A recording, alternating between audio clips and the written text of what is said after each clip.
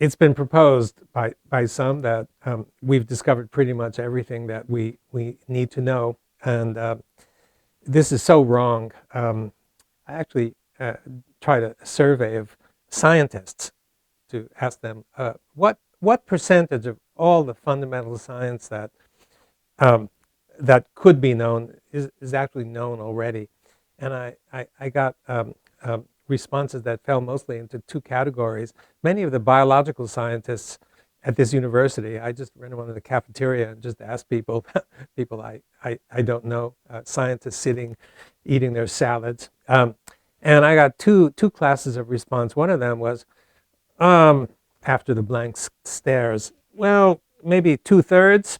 And the other said, much less than 1%.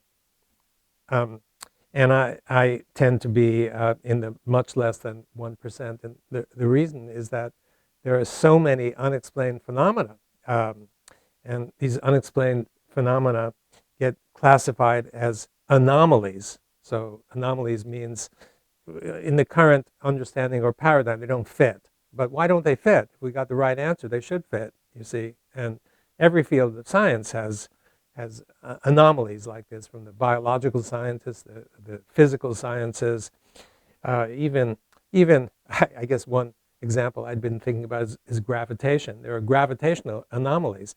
We all know that gravitation should depend on mass, two masses attracting. And why should there be anomalies?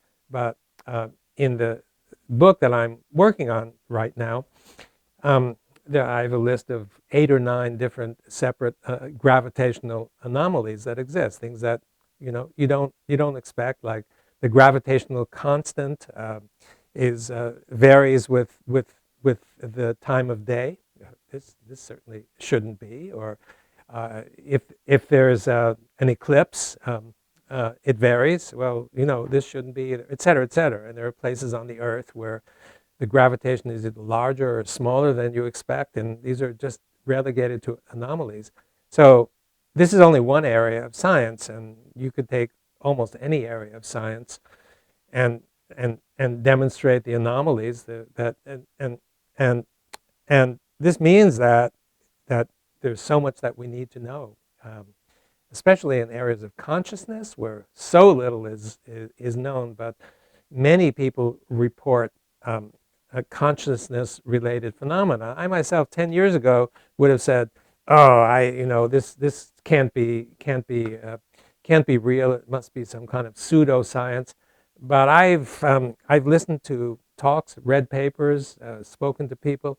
There are so many experiments that simply can't be dismissed. Experiments that have been repeated many times. We have no clue how to explain them, but this is real, and this is the purpose of science: is when you have an observation, figure out what's going on. And so, very little of what could be known is known.